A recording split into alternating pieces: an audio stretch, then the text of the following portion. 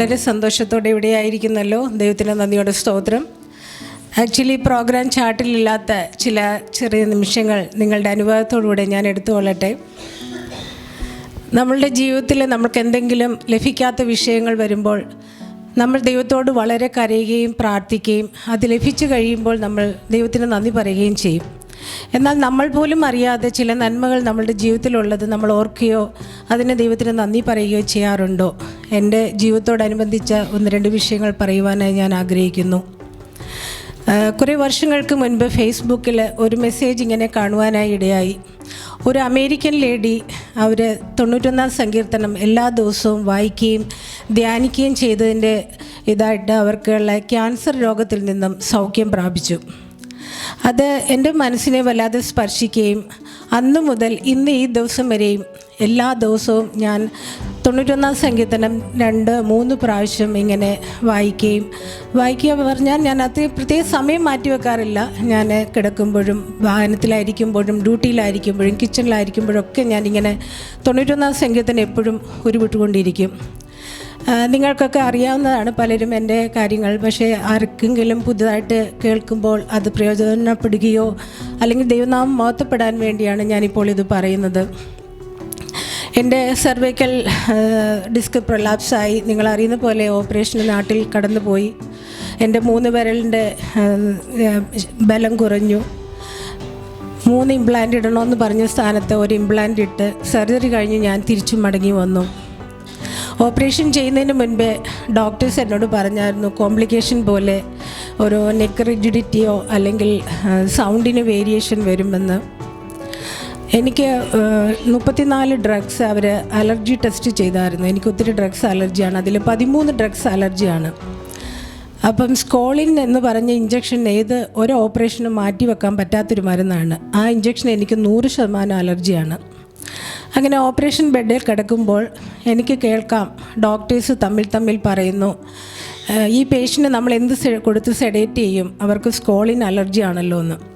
പക്ഷേ എൻ്റെ ദൈവം എനിക്ക് ദോഷം ചെയ്യത്തില്ല എന്ന് പൂർണ്ണമായി വിശ്വസിച്ചുകൊണ്ട് ഈ സെഡേഷനിലാകുന്നത് വരെയും ഞാനിങ്ങനെ 91 സങ്കീർത്തനം കണ്ടിന്യൂസ് ഞാൻ പറഞ്ഞുകൊണ്ടേയിരുന്നു. അങ്ങനെ ഉറങ്ങിയത്. ഞാൻ കണ്ണു തുറന്നപ്പോൾ എൻ്റെ കൈക്ക് കുറച്ച് ബലം കിട്ടി. അപ്പോൾ ഡോക്ടർ വന്ന് എന്നോട് ചോദിച്ചു പേര് പറയാൻ. അപ്പോൾ എനിക്ക് പേര് പറയാൻ പറ്റുന്നില്ല. 2-ാമതും 3-ാമതും പറഞ്ഞു പേര് പറയാൻ. ഞാൻ പറയാൻ ശ്രമിക്കുമ്പോൾ ശബ്ദം ഒട്ടും വരുന്നില്ല. ഇങ്ങനെ ഒരു ഞരക്കം പോലെ ഒന്നും വരുന്നതേ ഉള്ളൂ. ഞാൻ കരഞ്ഞപ്പോൾ ഡോക്ടർ എന്നോട് പറഞ്ഞു, നിൻ്റെ നെക്ക് ഇവിടെ നിന്ന് ഇങ്ങനെ ഓപ്പൺ ചെയ്ത് ബാക്കിൽ റിപ്പയർ ചെയ്തപ്പോൾ ഓവർ ട്രാക്ഷൻ കൊണ്ട് എൻ്റെ right vocal cord completely paralyse ആയിപ്പോയി എന്ന്.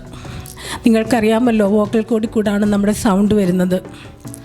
വളരെ ഭാരത്തോടെ ഭവനത്തിൽ കടന്നുപോയി. അവർ പറഞ്ഞു, നീ വെയിറ്റ് ചെയ്യണം, 6 മാസം കഴിഞ്ഞ് നിൻ്റെ ശബ്ദം തിരിച്ചു വരുമെന്ന്. അങ്ങനെ ഞാൻ ഭവനത്തിൽ വളരെ ഭാരത്തോടെ കടന്നുപോയി. 1.5 മാസത്തെ അവധിക്ക് കടന്നുപോയ ഞാൻ എങ്ങനെ 6 മാസം തിരിച്ചു വന്ന് ഒരു ഊമയെ പോലെ ഇവിടെ ജോലി ചെയ്യും? എന്നാലും എൻ്റെ അപ്പച്ചനിൽ എനിക്ക് വളരെ വിശ്വാസമായിരുന്നു. ഞാൻ എപ്പോഴും 91 സങ്കീർത്തനം ഞാനിങ്ങനെ കണ്ടിന്യൂസ് പ്രാർത്ഥിച്ചുകൊണ്ടേയിരിക്കും.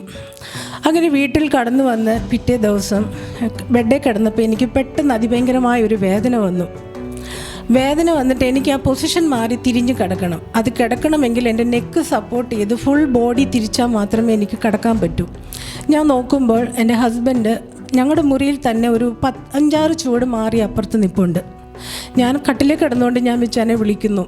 പുള്ളി കേൾക്കുന്നില്ല. ഞാൻ വലിയ വായിൽ കരയുവാണ്. ശബ്ദം നോക്കണം, ഒട്ടും ശബ്ദം വരുന്നില്ല.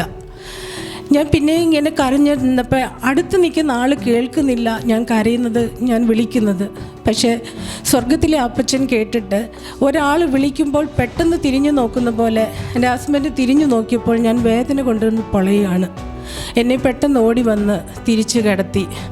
ഞാനൊരു കാര്യം പറയട്ടെ ദൈവമക്കളെ, ഈ ലോകത്തെ ഏറ്റവും വിലയേറിയ ലിക്വിഡ് എന്താണെന്ന് ചോദിച്ചാൽ അത് കണ്ണുനീരാണ്. കണ്ണുനീരിൽ 1% വെള്ളവും 99% ഫീലിങ്സുമാണ്. ഞാൻ അന്ന് വിളിച്ചിട്ട് വിളി കേൾക്കാതിരുന്നപ്പോൾ ആ ശബ്ദത്തിൻ്റെ വില എന്താണെന്ന് ഞാൻ മനസ്സിലാക്കി. നമുക്ക് ശബ്ദം, കാഴ്ച, സ്മെല്ല്, രുചി ഇതൊക്കെ നമ്മൾ ചോദിക്കാതെ മേടിച്ച കാര്യങ്ങളാണ്. പക്ഷെ നമ്മളൊന്നും അതിന് ദൈവത്തിന് നന്ദി പറയാറില്ല. നമ്മൾ കിട്ടാത്തതിന് വേണ്ടി എപ്പോഴും കരഞ്ഞുകൊണ്ടിരിക്കും, കിട്ടിയതിനെപ്പറ്റി നമ്മൾ ഓർക്കത്തില്ല. അതുപോലെ തന്നെ ശബ്ദം, അത് നമുക്ക് തന്ന നന്മ ഞാൻ ദൈവത്തോട് മറുതലിച്ച് നിൽക്കുന്ന ഒരനുഭവം എൻ്റെ ജീവിതത്തിലുണ്ടായി. അതായത് ഞാനൊരു ബ്രദറൻ ബാക്ക്ഗ്രൗണ്ടിൽ നിന്ന് ജനിച്ച് വളർന്നു വന്നതാണ്. അപ്പം കുഞ്ഞുനാൾ മുതലേ ഈ ഓർഡർ ഓഫ് ബുക്സ് പഠിപ്പിക്കുന്നത് കൊണ്ട് എനിക്ക് ഓർഡർ ഓഫ് ബുക്സ് കാണാതെ അറിയാം. ഞാൻ കുവൈറ്റിൽ വന്നതിന് ശേഷം ദേവദാസന്മാർ വന്ന് വാക്യം പറയുമ്പോൾ പെട്ടെന്ന് ഞാൻ റെഫറൻസ് എടുത്ത് വായിക്കാറുണ്ട്. അപ്പം പല ദേവദാസന്മാരും എന്നെ അതിനെ അപ്രിഷ്യേറ്റ് ചെയ്തിട്ടുണ്ട്. അങ്ങനെ ഒരു ദിവസം ഞാൻ വചനം എടുത്ത് വായിച്ചപ്പോൾ മച്ചിയായവൾ പ്രസവിക്കുന്നു എന്നൊരു വാക്യം വായിക്കാനിടയായി. അപ്പോൾ അതെൻ്റെ മനസ്സിനെ വല്ലാതെ ഭാരപ്പെടുത്തി. ആ നാളുകളിൽ നിങ്ങൾക്ക് അറിയാമല്ലോ, ഞങ്ങളൊരു തലമുറയ്ക്ക് വേണ്ടി വളരെ പ്രാർത്ഥിക്കുകയും ഞങ്ങൾ ആഗ്രഹിക്കുകയും ചെയ്യുന്ന ഒരു നിമിഷമായിരുന്നു. പക്ഷേ 2 പ്രാവശ്യം ഞാൻ പ്രഗ്നൻ്റായി. 2ാമത്തെ പ്രാവശ്യം 3 മാസവും 10 ദിവസവും ആയപ്പോൾ ദൈവഹിതമല്ലാഞ്ഞിട്ടായിരിക്കാം ആ തലമുറയെ ദൈവം തിരിച്ചെടുത്തു. അപ്പോൾ അങ്ങനെ ഭാരപ്പെട്ടിരിക്കുന്ന സമയത്ത് ആ വാക്യം എന്നെ വല്ലാതെ ഇതാക്കിയത് കൊണ്ട് അന്ന് മുതൽ ഇന്ന് വരെ ഞാൻ പിന്നെ ബൈബിൾ എടുത്ത് വാക്യം ഞാൻ എടുക്കും, പക്ഷേ ഞാൻ ഒരിക്കലും വായിച്ചിട്ടില്ല. അങ്ങനെ ദൈവത്തോട് ഞാൻ മറുതലിച്ച് നിന്നതുകൊണ്ടായിരിക്കാം ദൈവമക്കളെ എനിക്ക് തന്ന ശബ്ദം ദൈവം തിരിച്ചെടുത്തു. പക്ഷേ എൻ്റെ കണ്ണുനീരിൻ്റെ മുന്നിൽ, എൻ്റെ കുടുംബത്തിൻ്റെ കണ്ണുനീരിൻ്റെ മുന്നിൽ, ദൈവമക്കളുടെ കണ്ണുനീരിൻ്റെ മുന്നിൽ അപ്പച്ചൻ എന്നോട് മനസ്സലിവ് തോന്നിയുകൊണ്ട് 6 മാസം കഴിഞ്ഞ് ശബ്ദം കിട്ടും എന്ന് പറഞ്ഞ അതെ എനിക്ക് 6 ആഴ്ച കൊണ്ട് എൻ്റെ അപ്പച്ചൻ എനിക്ക് തിരിച്ചു തന്നു. എന്നെ കമ്മിറ്റിയായിട്ട് ഗോൾഡൻ ജൂബിലിയുടെ ഇതിന് ഇനാഗുറേഷനും ക്ലോസിങ് സെറമണിക്കും എന്നെ ആ പേര് നിർദ്ദേശിച്ചപ്പോൾ ഞാൻ ദൈവത്തോട് ചോദിച്ചു, അപ്പച്ച എനിക്കിത് പറ്റുമോ? കാര്യം ഇപ്പോഴും എനിക്ക് സംസാരിക്കുമ്പോൾ ഇടയ്ക്ക് വിക്കാറുണ്ട്, ഉമിനീരിങ്ങനെ ആസ്പിറേറ്റ് ചെയ്യാറുണ്ട്. അപ്പം വിക്കനായ മോശയെ നടത്തിയ ദൈവം എന്നോട് കരുതി ഇന്ന് 3ാമത്തെ സ്റ്റേജിൽ ഇവിടെ നിൽപ്പാൻ തക്കോണം കർത്താവ് എന്നെ ഇടയാക്കിയതിന് ഞാൻ എൻ്റെ അപ്പച്ചന് കോടാനുകോടി സ്തോത്രം ചെയ്യുന്നു. അമ്മാമ്മ വിളിച്ചപ്പോൾ ഞാൻ പറഞ്ഞു, അമ്മമ്മയെ പറ്റുമോ? എനിക്കറിയത്തില്ല. ഇല്ല, ബിന്ദു വന്നേ പറ്റത്തുള്ളൂ, ഇത് കമ്മിറ്റിയായിട്ട് തീരുമാനിച്ചതാണ്. ദൈവമക്കളെ, ഞാനിന്നിത് പറയാനുള്ള കാര്യം, നമ്മുടെ ബൈബിളിലെ എല്ലാ വാക്യങ്ങളും വളരെ വിലയേറിയതാണ്. പക്ഷേ 91-ാം സങ്കീർത്തനം എൻ്റെ ജീവിതത്തിൽ ഏറ്റവും വിലയേറിയതാണ്. എന്നെ കേൾക്കുന്ന ആർക്കെങ്കിലും എന്തെങ്കിലും പ്രയാസങ്ങളോ പ്രശ്നങ്ങളോ ഉണ്ടാകുമ്പോൾ നിങ്ങൾ ഈ 91-ാം സങ്കീർത്തനം വായിച്ചിട്ട് നാളെ ഞാൻ ഇവിടെ ഇല്ലായെങ്കിലും അങ്ങനെ ഒരു സാക്ഷ്യം കേൾപ്പാൻ ദൈവം എന്നെ ഇടയാക്കുമെന്ന് ഞാൻ ആഗ്രഹിക്കുകയും പ്രതീക്ഷിക്കുകയും ചെയ്യുന്നു. ഇത് ദൈവനാമമഹത്വത്തിന് വേണ്ടി ഞാൻ എൻ്റെ ഒരു സാക്ഷ്യം പറഞ്ഞെന്നേ ഉള്ളൂ.